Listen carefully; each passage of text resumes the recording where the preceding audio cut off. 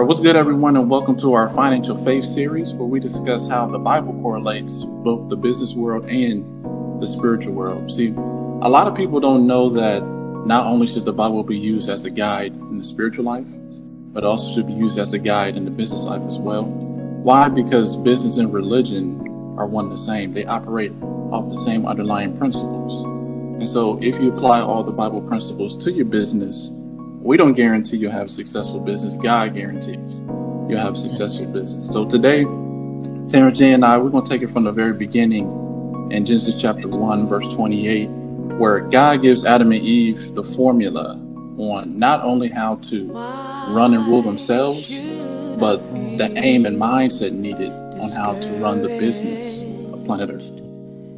Why should the shadows come?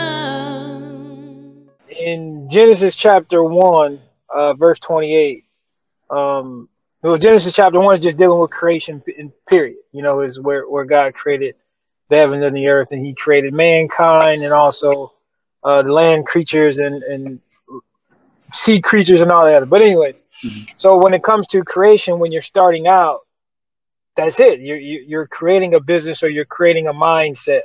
So we're going to take our springboard text in Genesis 1:28, where it says, and God said unto them, which was Adam and Eve, he said, be fruitful and multiply and replenish the earth and subdue it, and have dominion over the fish of the sea and over the fowl of the air and over every living thing that moveth upon the earth.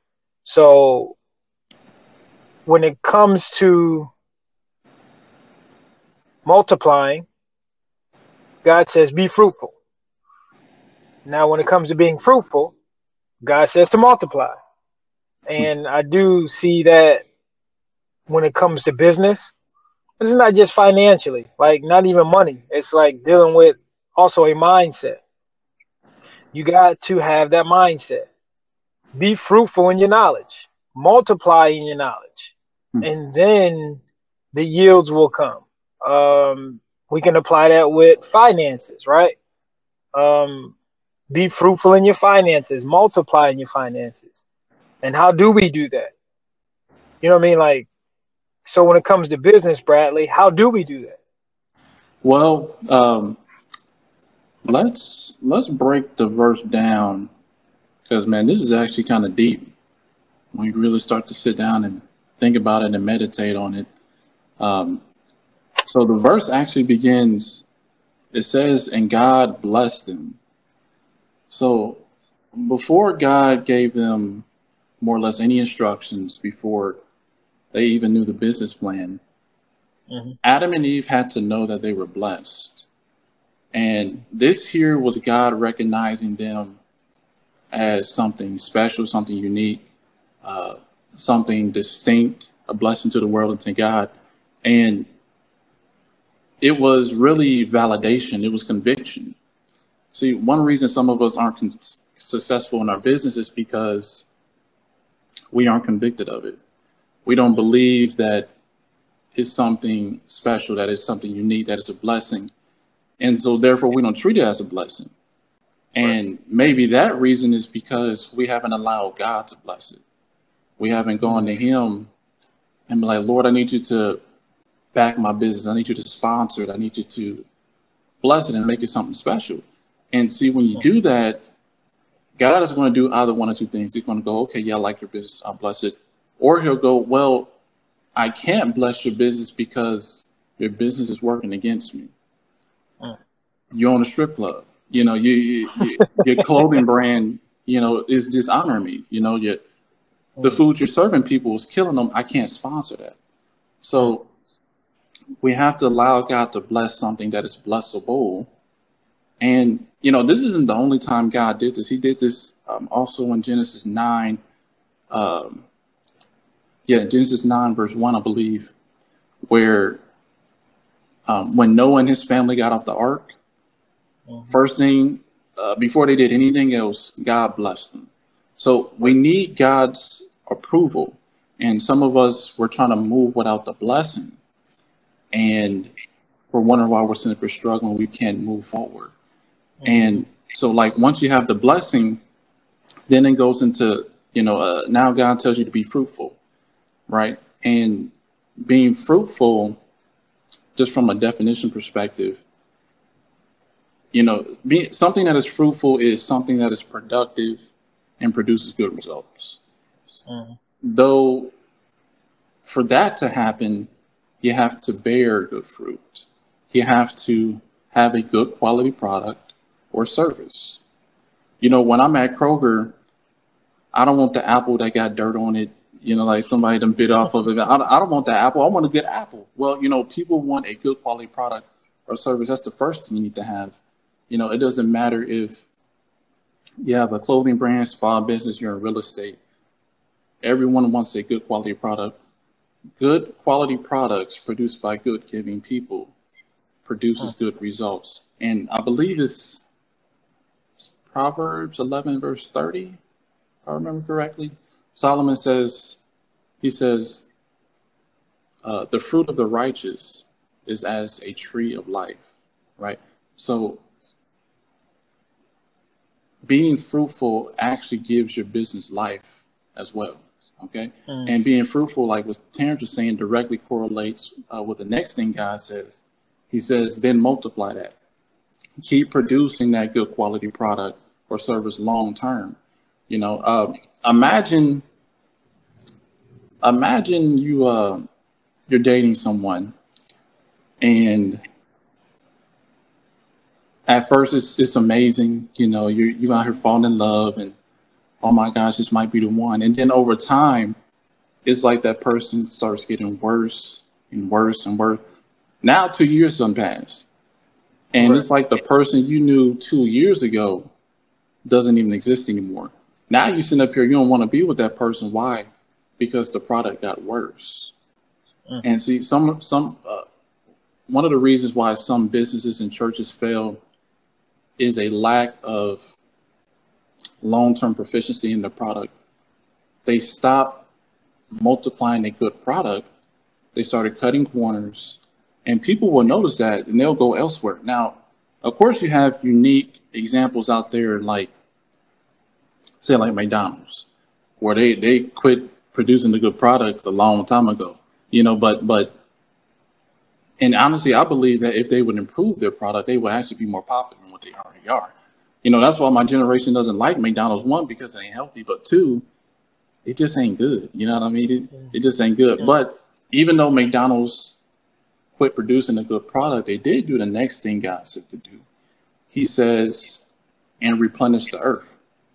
Now, the word replenish in the original language, it actually means to fill, F-I-L-L, fill the earth.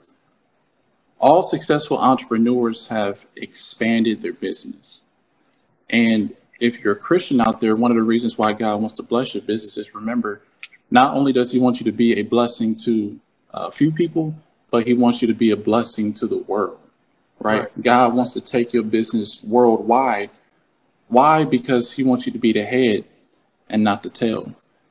And the path of expansion is the only way to generational wealth. And so, the Bible also says that, ultimately, this is another reason why businesses and churches fail. They stop expanding, they stop spreading, they stop growing, because naturally what happens is, once your name and business really gets out there, you want to remain at the top, right? You raise the standard for yourself. And so that's why this is important. And then finally here, God says, subdue it and have dominion. The apostles were able to take the gospel to the whole world, to every nation, kindred, tongue, and people, because they had a mindset of thinking big, and they had a mindset of dominance, a conquering mindset. And dominance, though, can only be acquired through unstoppability. So no matter the situation, no matter what happened, they kept going. They kept pushing. Even if you fall 7 times, get back up again and keep going. Why? Because you're blessed. And in Psalms verse 8, verse 6, it says that thou madest him to have dominion over the works of thy hands. Thou hast put everything under his feet. We were made to be conquerors. And Right.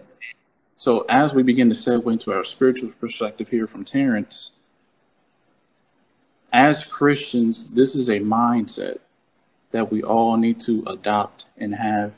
And so we would encourage everyone that watches our video to not just tag along with us, but share the journey with us in your own personal life as we all go to the top together. Man, I think one major key thing in all of this is that God supplies you with the blessing so you can be a blessing to others. I mean, the point of him blessing them was so they can be fruitful and to multiply. And then so they can have dominion, and then so they can fill the earth. I think a lot of people miss the spiritual aspect of the blessing. You see, like Chick-fil-A, they're a Christian business, right? But the blessing that they have, it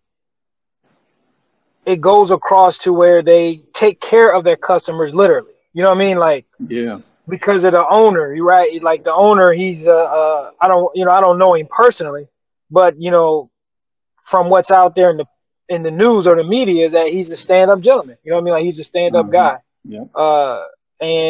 But that transpires into his business to where he's been blessed, so now he has to bless others. I forgot the gentleman who the Welch's grape juice. I guess I don't know if that's the family, but anyways, their business. He applied the spiritual aspect in tithing. I think I heard. I don't know. Again, I got to do my research, but this is what I heard from going to church and being on the pulpit when it came to God blessing us financially. They said that gentleman, he wanted to start a business and he didn't know, so he started praying. And, he was like, okay, this is what I'm going to do, grape juice. But then he was like, Lord, if you bless me, I will give double tithe. And then so the Lord started blessing him and he started returning the double. He said, okay, Lord, if you bless me, I'll give triple tithe. So the Lord blessed him and he started doing triple and started giving triple. Now here it is, Welch's, because it's a Christian gentleman. I don't know if it's Christian business today, but what they end up doing is they end up turning that around and using grape juice for what? Communion. No. There you go. So, yeah. So again, the part that we miss business wise is the spiritual blessing that God provides. And that is just a blessing.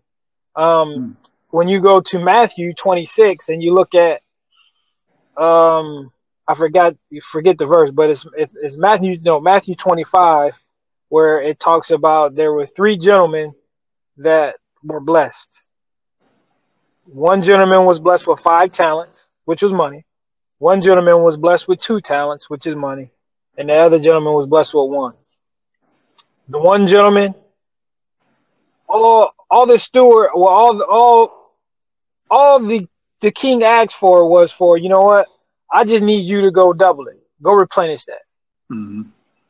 The one who had 5 came back and said, Master, look, I double mine. Look, here's 10. He said, good job, man. You faithful. The other one gentleman had 2. He doubled it and was like, here, Master, I have 4. Here, look. Now the last one, he had 1. All he had to do was just get another one to get 2.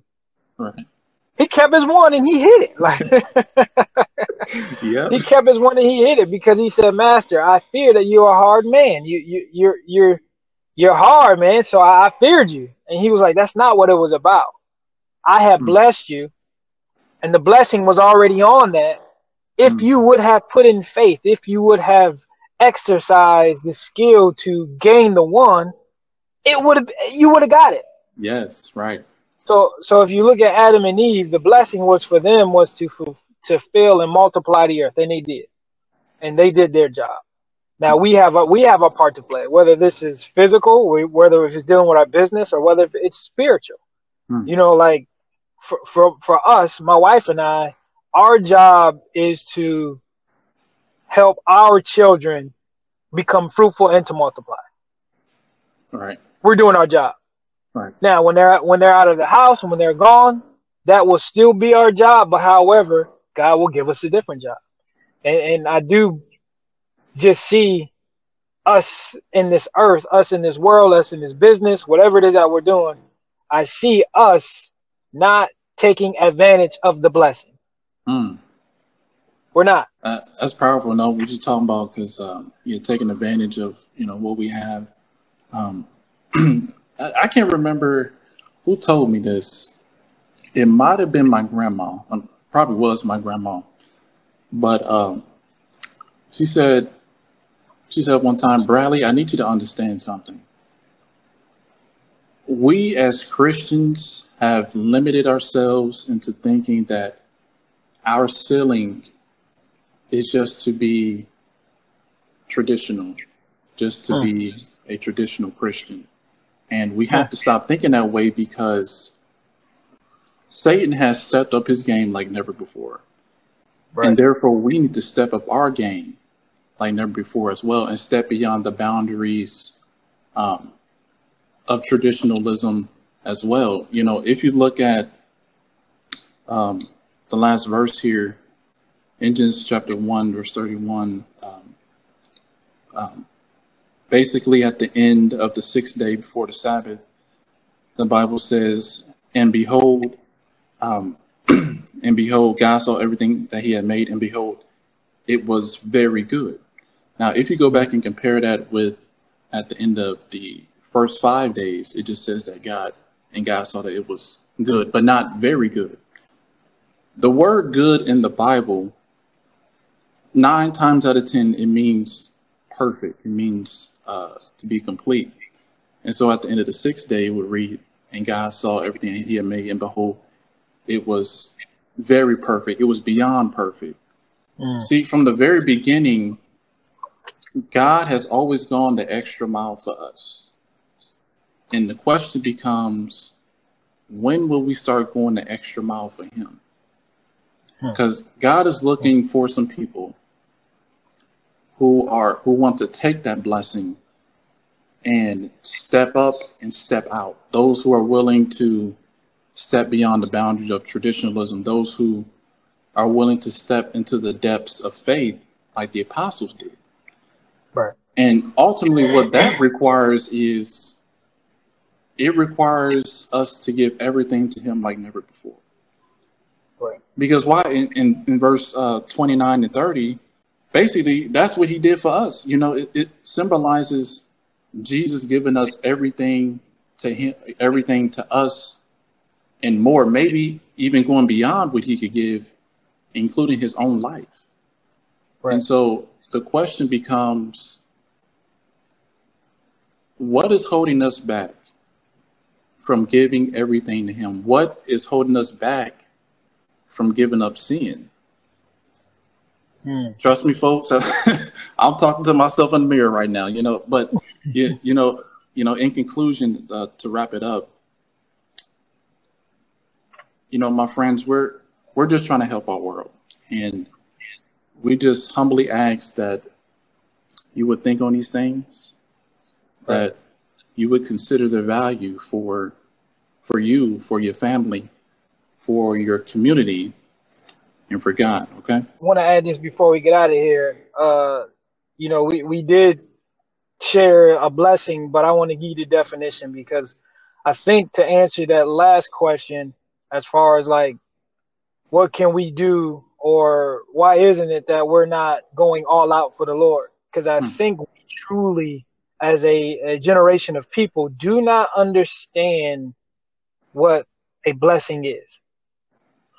Right. Like, we can walk down the street, somebody hand us some money, or we can find some money or whatever it is, and we'll say, oh, it was a blessing today. I think we missed the mark when it comes to understanding what blessing is. So if you go back to Genesis 1:28, when we were reading, and God blessed them, or he gave them a blessing, you can look at it like it's God already gave you the power to get the job done. Yeah. That's a blessing. Right. Like, he had put a blessing on Bradley to be fruitful and multiply financially, right? Then it's Bradley's job to believe that God had blessed him in that area and move forward without any stipulations. Yeah, we might have roadblocks. We might have trials and tribulations. But if we continue to look at Christ and understand that he put a blessing on this, I can't fail. I can't fail. There's nothing that can hold me back because God already blessed it. He signified it. He sanctified it. He made this so I can. And I think that's the point when it comes to marriage. That's the point when it comes to business. That's the point when it comes to children. Whatever it is in life, understand and know that God blessed that. Can't fail. God did not set Adam and Eve up to not be fruitful and multiply. Right. They did their job because God had provided the power. And if we have that mindset, if we understand what a blessing is, then we can never fail. Wow. Folks, this is some powerful stuff, man. This is definitely some powerful stuff. You know, definitely think on these things. These are, again, consider their value, you know, and apply these things to your life as well. You know, it's so important, you know, and, you know, if we could all see the end result of us applying all these things, man, we would do them immediately, you know. Right. And so we just thank everybody for tuning in. Definitely like us up, comment, subscribe, and share this with everyone that you know. We thank y'all and we love y'all. From yours truly, Financial Fork. Discouraged. Why should the shadows come? Why should my heart feel lonely and long for heaven and home? When Jesus is my portion,